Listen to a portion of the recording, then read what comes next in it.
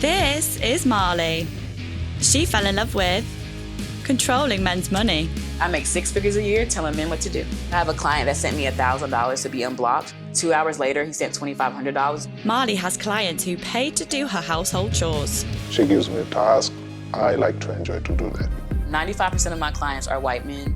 As a Black woman, I see my work as reparations. But less obedient people on social media think that what Marley is doing is wrong. I was gonna have this white on a leash. Next thing I know, this just was like blowing up, going crazy. There was some like people in my inbox calling me the Nword, saying, you should be on a white man's leash. So I wake up in the morning, I go to see what men have sent money overnight, what men are inquiring about sending me money. They send me cash, they run my errands, they clean my apartment. Everything that I want in life, these men are there waiting hand and foot. My name is Mistress Marley. I am a woman that takes money from men. They pay me just to be around me, just to speak to me. Who's gonna send me money today? I'm going out shopping, I need to be reimbursed. So boys, if you're watching this, make yourself useful, send to my Cash app. I don't need to pay for anything when I go out today. Everything is funded by you. I own your wallet, as you know. I started this work fresh out of grad school. I took on a corporate job, but I felt like the job, I wasn't really making any money from it. I was having a lot of anxiety. So out of curiosity, I just went online and I searched up how to make money online as a woman. Webcamming came up, but I wasn't really into webcamming. And I stumbled upon so many women that were pretty much having clients send them money for existing. I'm here now 6 years later. This client, for example, is saying I'm gonna empty his bank accounts. That's like a fun little thing we like to say. The ones that just like to talk and they haven't sent any money, I kind of just ignore them. The first amount of money that I ever got from a man, I had went out to eat and I had posted my receipt online, like reimburse my meal is $50. And then someone randomly sent me $50. And I was like, this is real. When I got that first send, I was like, okay, I need to take this more seriously. The biggest amount I've ever received from one client in an hour was $5,000. Every day is different for me. For instance, I have a client that sent me $1,000 to be unblocked. He wasn't living up to my standards. He was getting on my nerves. I still felt like he needed to be blocked. So then 2 hours later, he sent $2,500 and says, I will do better. But he might get blocked again because he's not doing better. We don't thank our clients for sending money.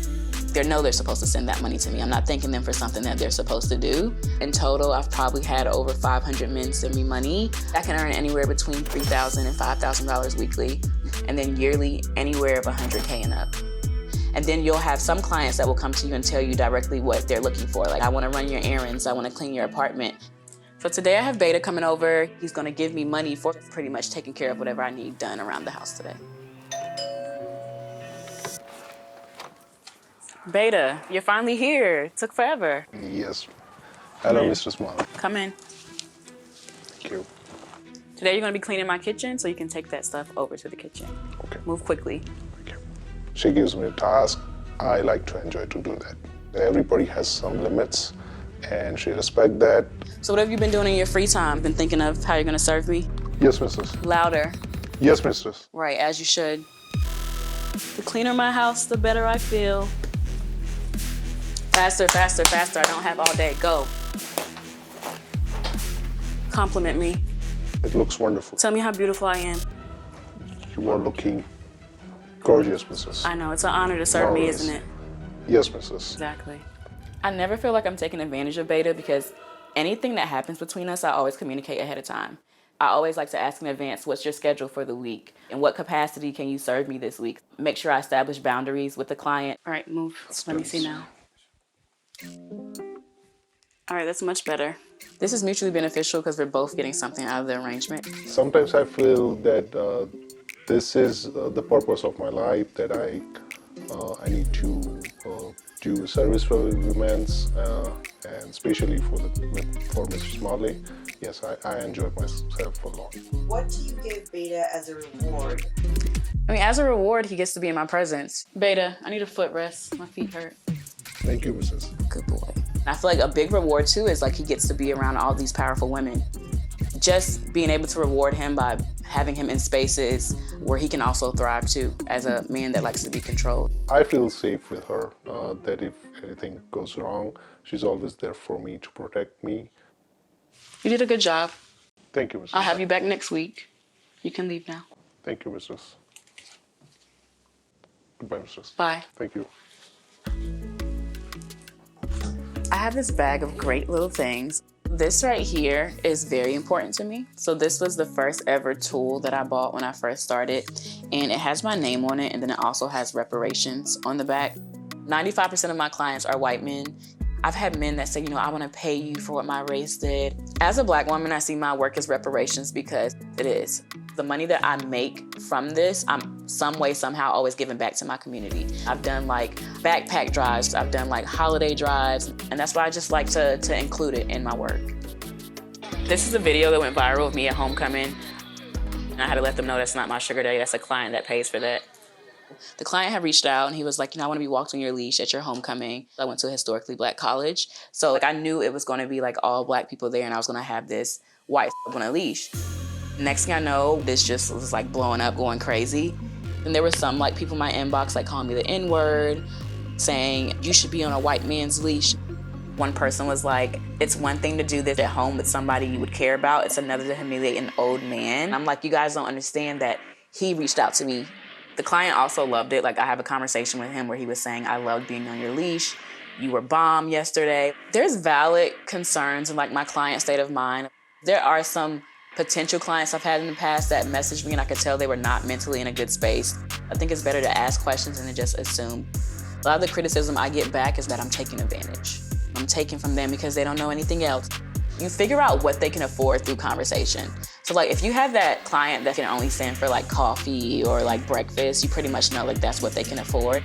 The judgment in the beginning when I first started was a lot because I wasn't used to being at the forefront, being so public facing. It's to the point now where it's like, I really don't care. They're still gonna have their opinion. At the end of the day, it's not gonna change. So the best thing I could do at that time for my mental health was just block them. I also make money by throwing educational events for women that wanna get into this type of thing. Hi ladies, I'm Mistress Marley, and today I'm gonna be giving you the top 3 tips on how to get men from money. Get men from money. That's a new one.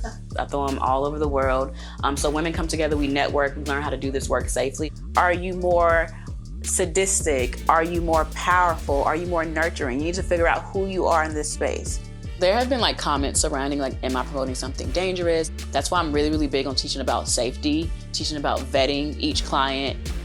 The warnings that I like to give women coming into this industry is not to have unrealistic expectations because some of them come in and they think they're gonna make $5,000 their first day, and it's not always like that. Another warning I like to give too is to just be careful about who you're speaking to. There are some men that will try to scam you, making sure you're not giving out any personal information, anything that can be identifying, just really protecting yourself. I feel very empowered by the work that I do. There were times in college and undergrad where I was like in an relationship. I felt like I was being controlled. So taking my power back from that. I also feel empowered just helping other women. They just feel so great after they leave. Like I did something today. I told a man what to do and he did it for me and I didn't feel guilty after. A lot of women feel guilty of asking men to do things that benefit them. My ultimate message to other women about my work is just take back the power in your life. You only have one life to live. Just move around like you got it going on, because we do have it going on as women. I'm headed to the dungeon to control men some more for the rest of the night. We're here. We're about to enter the dungeon. This is where everything happens. There's certain things that we use in here, but of course I can't show you all because you have to pay for that. The backgrounds of these men that come here vary. So some of them are CEOs, some of them work on Wall Street, doctors, educators, police officers. Most of the men do have jobs where they're in high positions of power and they come to see people like us so they can just get rid of that power, even if it's just for an hour. I don't like to date clients. I like men that are gonna take the lead. And a lot of people find that to be ironic, but when I'm in my personal relationships, I like dating alpha males. On the first date, I will tell them what I do. Sometimes it takes some explaining.